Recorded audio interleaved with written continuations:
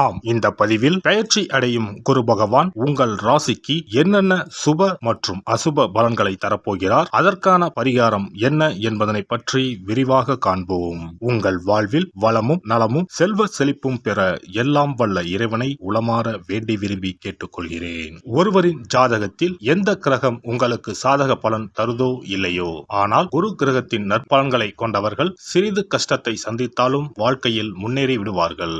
நவ கிரகங்களில் குரு பகவான் மங்கள கிரகமாக விளங்கி வருகிறார். ஜோதிட சாஸ்திரத்தில் குரு பகவானுக்கு தேவர்களின் குரு என்ற அந்தஸ்தும் வழங்கப்பட்டுள்ளது. இவர் நல்ல பலன்களை அளிக்கும் கிரகமாக கருதப்படுகிறார். திருமணம், மகிழ்ச்சி, குழந்தைகள், நல்ல அதிர்ஷ்டம், அறிவு, கல்வி, பேச்சாற்றல், மரியாதை, நல்ல ஒழுக்கம் ஆகியவற்றுக்கு இவர் காரணியாக உள்ளார். ஒருவரது ஜாதகத்தில் குரு பகவான் நல்ல இடத்தில் இருந்தால் அவர் வாழ்வில் மிகுந்த மகிழ்ச்சியையும் செழிப்பையும் பெறுகிறார். அவர் வெற்றியின் உச்சம் தொடுவதை யாராலும் தடுக்க முடியாது. குருவின் அருள் பெற்ற நபர்களுக்கு அறிவாற்றல் மேம்பட்டு சமூகத்தில் நல்ல கௌரவமும் பெற்றிருப்பார்கள். 12 ஆண்டுகளுக்கு பிறகு குரு பகவான் ரிஷப ராசியில் பிரவேசிக்க உள்ளார். ஜோதிடத்தில் முக்கிய கிரக பெயர்ச்சிகளில் ஒன்றாக கருதப்படுவது குரு பெயர்ச்சி. இந்த ஆண்டு குரு பெயர்ச்சி 2024 மே 1ஆம் தேதி நடக்க உள்ளது. குருவின் அமைப்பும் குருவின் பார்வையும் எப்படிப்பட்ட பலனை அள்ளித்தரும் என்பதை தெரிந்து கொள்வோம். கால சக்கரத்தில் தனுசு, மீன ராசிகளுக்கு அதிபதியான குரு பகவான் தற்போது மேச ராசியில் சஞ்சாரம் செய்து வருகின்றார். இவர் 2024ஆம் ஆண்டு மே மாதம் 1ஆம் தேதி நண்பகல் 12:59 மேச ராசியில் உள்ள கிருத்திகை 1ஆம் பாதத்தில் இருந்து ரிஷப ராசியில் உள்ள கிருத்திகை 2ஆம் பாதத்திற்கு பெயர்ச்சியாக உள்ளார். குரு பெயர்ச்சி பெறும் ஸ்தானத்தை விட குருவின் 5, 7, 9ஆம் பார்வை பெறக்கூடிய ராசிகள் மிகவும் சிறப்பான பலன்களை பெற்றிடும் என்பது ஜோதிட விதி. 2024ஆம் ஆண்டில் நடக்கும் குரு பெயர்ச்சியின் தாக்கம் அனைத்து ராசிகளிலும் இருக்கும். எனினும் சில ராசிகளுக்கு குருவின் இந்த மாற்றம் பலவித நற்பலன்களை அளித்தரும். இவர்கள் எடுத்த காரியங்கள் அனைத்திலும் வெற்றி பெறுவார்கள். நீண்ட நாட்களாக நடக்காமல் இருந்த பல விஷயங்கள் குரு பெயர்ச்சிக்கு பிறகு வெற்றிகரமாக நடந்து முடியும். இவர்களுக்கு அதிர்ஷ்டத்தின் ஆதரவு முழுமையாக இருக்கும். இந்த குரு பெயர்ச்சியானது ஒரு சில ராசிக்காரர்களின் வாழ்வை புரட்டி போட போகிறது. துரோகத்தால் பிரிந்த கணவன் மனைவி, சகோதர சகோதரி உறவு ஒன்று சேர போகிறது. நட்பு என்னும் நஞ்சால் உங்கள் உறவை பிரித்த துரோகியை இனம் கண்டு உண்மையான உறவு யார் என்பதனை அறிந்து கொள்வீர்கள். நஷ்டம் மட்டுமே பார்த்த வியாபாரிகள் திடீர் லாபத்தை அடைய உள்ளீர்கள். திடீர் லாட்டரி அடித்தது போல லாபம் இரட்டிப்பாகும். சனி பார்வையினால் ஏற்படும் காம சிந்தனைகள் இந்த குரு பெயர்ச்சியினால் சரியாகும். தகாத பெண் உறவை தவிர்த்து ஆன்மீக பயணத்தை தொடர்வீர்கள். சதி எதுவாக இருந்தாலும் அதை முறியடிப்பது சிவனின் விதியாகும். சிவனின் துணை இருந்தால் எதிரில் யமனே வந்தாலும் சமாளித்து வெற்றி அடையலாம். இனி உங்கள் ராசிக்கான பலன்கள் என்ன என்பதனையும் அதற்கான பரிகாரம் என்ன என்பதனையும் பார்ப்போம். துலாம் ராசி அன்பர்களே, சுக்கிரனை ராசி அதிபதியாக கொண்ட துலாம் ராசிக்காரர்களுக்கு ராசிக்கு 7ஆம் பாவத்தில் பயணம் செய்யும் குரு பகவான் சித்திரை மாதம் முதல் 8ஆம் வீடான அஷ்டமஸ்தானத்தில் பயணம் செய்ய போகிறார். ஏற்கனவே இருந்த இடம் நல்ல இடம்தான். குரு பகவானின் நேரடி பார்வையால் யோகத்தை அனுபவித்தீர்கள். சிலருக்கு கடந்த காலங்களில் கிணற்றுக்குள் போட்ட கல்லை போல செயல்பாடுகள் முடங்கித்தான் இருந்தது. 8ஆம் வீட்டில் பயணம் செய்ய போகும் குரு பகவான் உங்கள் ராசிக்கு 12ஆம் பாவத்தை பார்க்க போவதால் இதுவரை தடைப்பட்ட காரியங்கள் விரைந்து நடக்கும். அதே நேரத்தில் தனஸ்தானத்தை குரு பகவான் பார்க்க போவதால் உங்களின் பொருளாதார நிலை உயரும். பண வருமானம் அதிகரிக்கும்.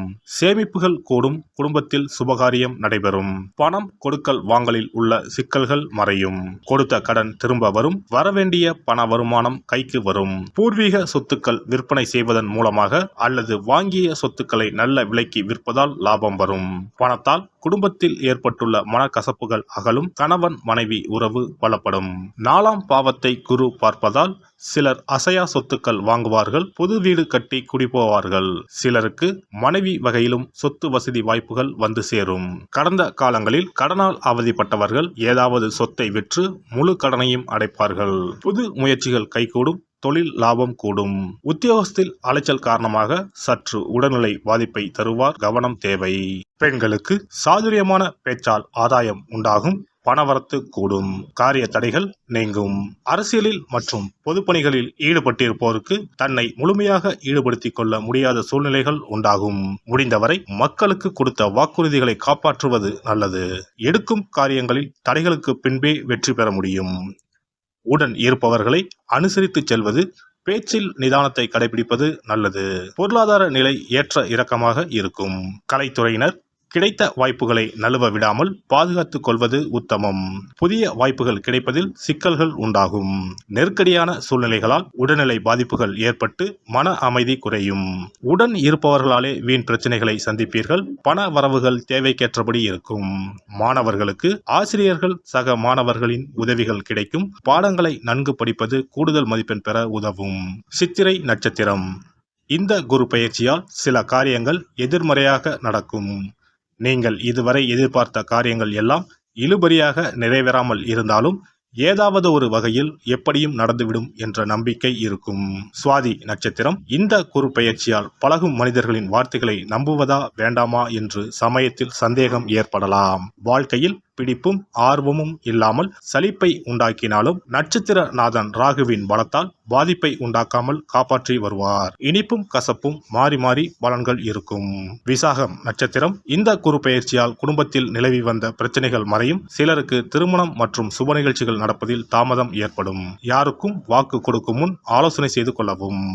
வெள்ளிக்கிழமைகளில் ராஜ ராஜேஸ்வரியை அர்ச்சனை செய்து வழிபட எல்லா நன்மைகளும் உண்டாகும். செல்வம் சேரும். செல்வாக்கு உயரும். குரு பெயர்ச்சி சிறப்பு பரிகாரம். ஜாதகத்தில் குரு நல்ல இடத்தில் இல்லாமல் இருந்தாலோ கோசார ரீதியாக கொடூரமானவராக இருந்தாலோ குரு தோஷம் நீங்க பரிகாரம் செய்ய வேண்டும். தீய பலன்கள் குறையவும் நல்ல பலன்கள் அளவுக்கு அதிகமாக நடைபெறவும் குரு பகவானுக்கு செய்யும் பரிகார முறைகள் உதவும். வியாழக்கிழமை தோறும் தட்சிணாமூர்த்தி வழிபாடு செய்வது சிறப்பான பலன்களை கொடுக்கும். வியாழன் அன்று குரு ஓரையில் நல்ல நேரத்தில் குருவிற்கு உரிய கோலத்தை வடகிழக்கு திசையில் கோலமிட்டு அதன் மேல் முல்லை மலர்கள் பரப்பி குரு எந்திரத்தை வைத்து அதற்கு முல்லை மலர் சூட்டி சந்தன பொட்டிட்டு பொன்னிற தட்டில் கொண்டை கடலை வைத்து தூப தீபம் காட்டி குரு காயத்ரி மந்திரத்தை 108 முறை மன ஒருமையுடன் கூறினால் குருவால் ஏற்பட்ட தீய பலன்கள் விலகும். நல்ல பலன்கள் மேலும் மேலும் அதிகரிக்கும். வியாழக்கிழமை அன்று வீட்டில் நெய் தீபம் ஏற்றி வழிபடுதல். குருவுக்கு உரிய வஸ்திரம் தானியம் கொண்டு வழிபடுதல் நல்லது.